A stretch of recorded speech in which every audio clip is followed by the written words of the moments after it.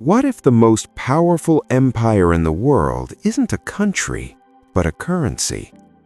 For over half a century, the United States dollar has quietly controlled the flow of global trade, debt, and influence. Nations don't just use it, they depend on it. Entire economies are built around it. But something is changing. Not suddenly, not loudly, but steadily. Behind closed doors, countries are rewriting trade agreements. Central banks are shifting reserves, and a coalition known as Brics is pushing toward a future where the dollar is no longer at the center of everything. This isn't a crash. There's no single moment where the system breaks. Instead, it's something far more dangerous, a slow, calculated shift away from dollar dominance. The question is no longer if the system will change. The question is already happening. And if Brics is not the cause, then what exactly are they triggering? For decades, the global economy has revolved around a silent axis. Not gold, not oil, not even military power, but a currency, the United States dollar. It is the invisible architecture behind trade, debt, and influence, a system so deeply embedded that most nations operate within it without ever questioning its foundation. This is not just currency dominance, it is systemic control.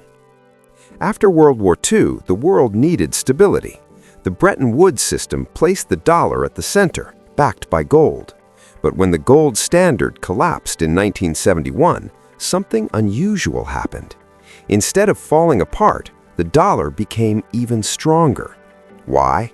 Because trust replaced gold, and that trust was reinforced by power, alliances, and something far more strategic: oil. Through agreements with major oil-producing nations, global oil trade became priced in dollars. This created constant demand.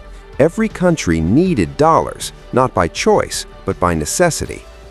This system became known as the petrodollar mechanism. It ensured that even nations politically opposed to the United States still relied on its currency for survival. But dominance is never permanent. Every system, no matter how powerful, carries within it the seeds of its own disruption. Over time, cracks began to appear. Massive debt accumulation, aggressive monetary expansion, increasing use of sanctions as a geopolitical weapon. The dollar was no longer just a neutral medium of exchange, it became a tool of influence.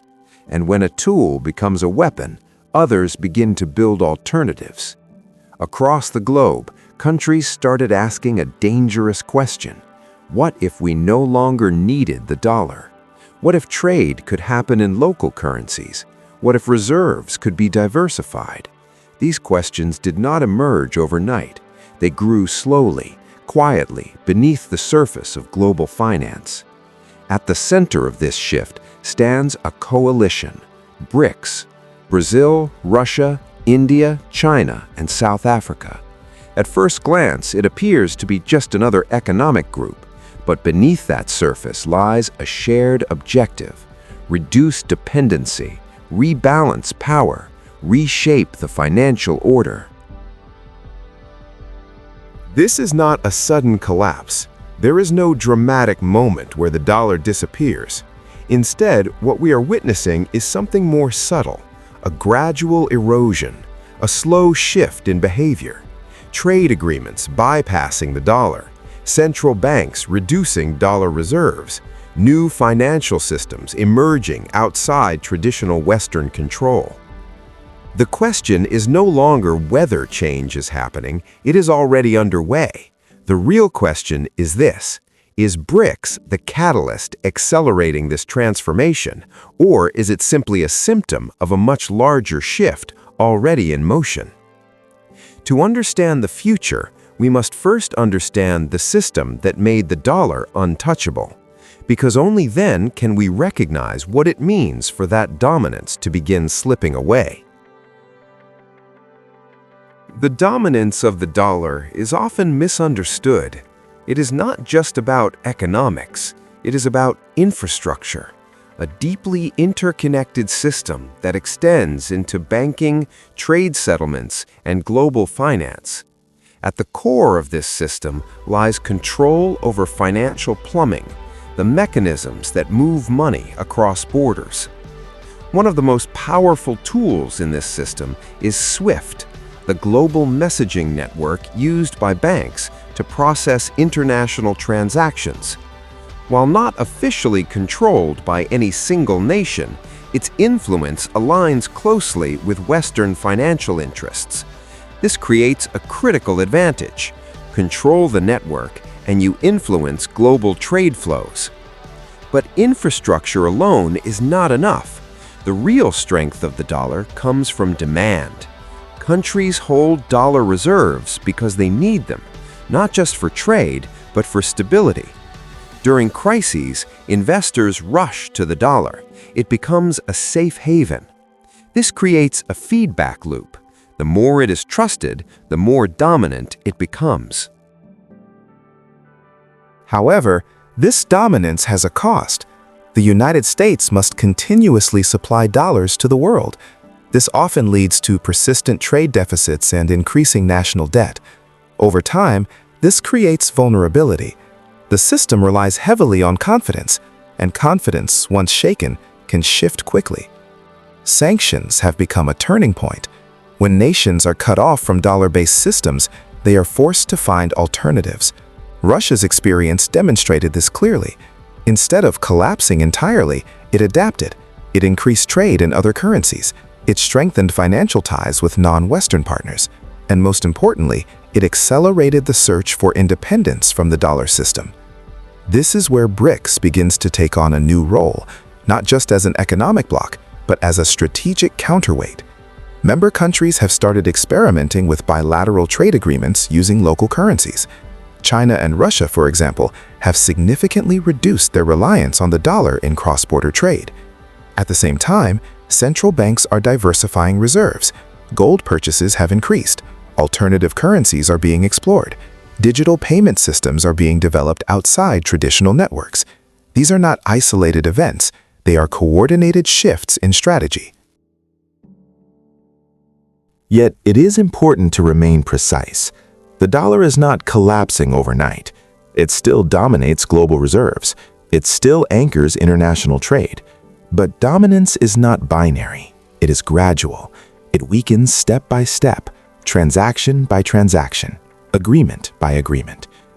What makes this moment different is coordination. In the past, challenges to the dollar were fragmented. Today, they are increasingly aligned. Brics provides a platform for that alignment, a space where alternative systems can be discussed, tested, and expanded. The real power behind the dollar has always been trust, reinforced by structure. But if alternative structures emerge and trust begins to shift, the balance of power changes, not instantly, but inevitably. And when that shift reaches a critical threshold, the system does not break, it transforms. Brics was never meant to be a direct challenger, at least not initially. It began as a loose coalition of emerging economies, united more by potential than by power. But over time, its purpose evolved. What started as cooperation has gradually shifted toward coordination, and now it is approaching something more strategic. Each Brics nation brings a unique advantage. China offers manufacturing dominance and financial scale. Russia contributes energy resources. India adds population and growth potential. Brazil provides agricultural strength. South Africa connects the bloc to the African continent. Individually, they are influential. Together, they represent a significant portion of global production and population. But power alone is not enough. The real shift lies in intention. Brics is not trying to destroy the existing system. It is building an alternative alongside it, quietly, methodically, and with long-term focus. One of the most discussed ideas is the possibility of a Brics currency. Not necessarily a traditional currency used by citizens, but a trade settlement mechanism, a system that allows member countries to conduct transactions without relying on the dollar. While still in early stages, the implications are significant. If trade can occur without the dollar, demand naturally decreases, and if demand decreases, influence follows. Beyond currency discussions, there is a broader effort to create independent financial infrastructure. Development banks, cross-border payment systems, and regional agreements are all part of this architecture.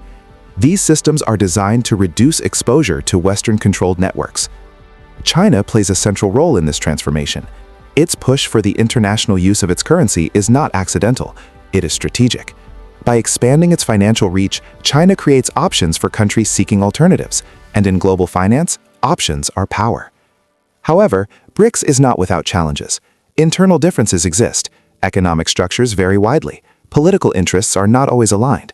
This makes coordination complex. Unlike traditional alliances, Brics operates without a unified central authority. Yet this decentralization may also be its strength. It allows flexibility, it enables experimentation, and it reduces the risk of systemic collapse within the bloc itself. What we are witnessing is not a replacement, but a parallel system emerging, one that grows stronger as participation increases, one that gains legitimacy with each successful transaction conducted outside the dollar framework. The question is not whether Brics can fully replace the dollar. That may not even be the goal. The real objective appears to be something more nuanced: reduce dependency, increase autonomy, and gradually shift the balance of financial power. If successful, the global system will no longer revolve around a single currency. It will become multipolar, more complex, more competitive, and potentially more unstable. Because when dominance fades, uncertainty rises, and in that uncertainty, new systems are born. The global financial system was built on a simple premise: interdependence creates stability.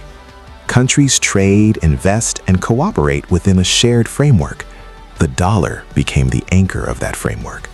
But as geopolitical tensions rise, that interdependence is beginning to fracture. Sanctions, trade wars, and political rivalries are reshaping economic behavior. Nations are no longer optimizing purely for efficiency. They are optimizing for resilience. Security is becoming more important than convenience. And in that shift, the structure of global finance begins to change. The weaponization of finance has accelerated this transformation. When access to dollar-based systems can be restricted, it introduces risk, not just for targeted nations, but for all participants. The message becomes clear: dependence can be dangerous. As a result, countries are building redundancies, alternative payment systems, regional trade agreements, currency swaps. These are not temporary measures. They are structural adjustments designed for a different kind of world. Brics fits directly into this evolving landscape. It offers a framework for cooperation outside traditional Western influence, not as a replacement, but as an alternative, and alternatives change behavior. Energy trade is a critical example. Historically dominated by dollar transactions, it is now beginning to diversify. Bilateral agreements using local currencies are increasing. This reduces reliance on the dollar and gradually shifts demand patterns. At the same time, technology is playing a disruptive role. Digital currencies, blockchain-based systems, and decentralized finance introduce new possibilities. They bypass traditional intermediaries. They reduce dependency on established networks, and they create entirely new financial pathways. However, fragmentation comes with consequences. A multipolar financial system is inherently more complex. Exchange rate volatility increases. Coordination becomes more difficult. Global crises may become harder to manage without a single dominant stabilizing force. This raises a critical question. Is the decline of dollar dominance a risk or an evolution? From one perspective, diversification reduces systemic vulnerability. It prevents over-reliance on a single currency. From another, it introduces uncertainty. Without a clear anchor, markets may become more unstable. Brics does not operate in isolation. It is part of a broader shift toward regionalization. Economic blocs are becoming more self-contained. Supply chains are being restructured. Financial systems are becoming less centralized. This is not the end of globalization. It is its transformation. The dollar will not disappear, but its role may change. from dominant to influential, from central to competitive. And in that transition, the global order itself is redefined, not by a single event, but by a series of gradual shifts that, over time, reshape the entire system. There is a common misconception when discussing financial systems, the idea that collapse happens suddenly, that one moment everything is stable and the next it is gone. In reality, systems like the dollar's dominance do not collapse, they decay. Slowly, quietly, almost invisibly. The signs are not dramatic, they are subtle. A trade agreement here, a reserve adjustment there, a policy shift that seems insignificant on its own, but meaningful when viewed as part of a larger pattern. This is how dominance fades, not through a single narrative event, but through accumulation. The dollar still holds a dominant share of global reserves. It is still the primary currency for international trade. But these metrics, while important, are backward-looking. They reflect the past more than they predict the future. What matters more is direction, and the direction is changing. Central banks are diversifying. Countries are exploring alternatives. Financial innovation is accelerating. These trends do not immediately disrupt the system, but they gradually weaken its foundations. Brics plays a role in this process, but it is not the sole driver. It is part of a larger ecosystem of change, a visible symbol of a deeper shift that extends beyond any single organization. It is also important to recognize the resilience of the dollar. Its dominance is supported by deep financial markets, institutional trust, and global integration. Replacing it entirely would require not just an alternative currency, but an entire alternative system. That is a complex and lengthy process. However, replacement is not necessary for decline. The dollar does not need to disappear to lose influence. Even a partial shift in global behavior can have significant effects. For example, if a growing percentage of trade is conducted outside the dollar, demand decreases. If reserves become more diversified, reliance weakens. If alternative systems become more efficient, adoption increases. Each of these changes is small on its own, but together they create momentum. And momentum, once established, is difficult to reverse. The narrative of sudden collapse is appealing because it is dramatic, but the reality is more nuanced, more technical, more gradual. This is not a story of destruction. It is a story of transition. A shift from a unipolar financial system to a multipolar one, from dominance to competition, from certainty to complexity. The question is not whether the dollar will fall, it is how its role will evolve, and more importantly, who will shape what comes next. The future of global finance will not be defined by a single currency. It will be defined by systems, interconnected, competing, and constantly evolving. The era of uncontested dominance is fading. In its place, a more fragmented and dynamic landscape is emerging.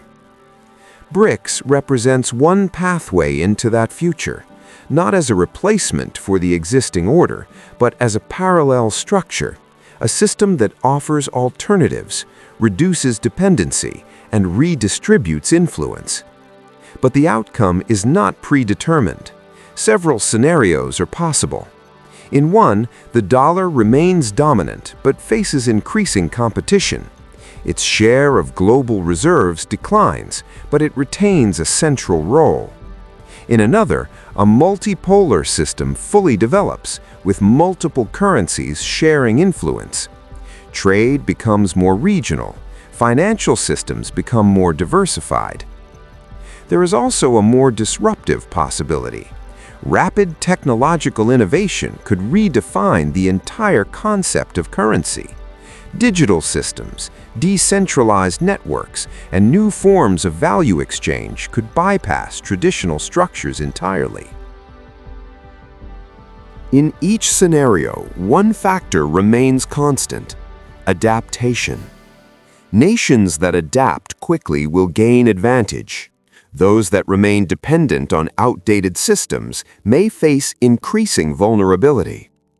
For investors, policymakers, and institutions, this shift requires a new mindset, one that prioritizes flexibility, diversification, and strategic awareness.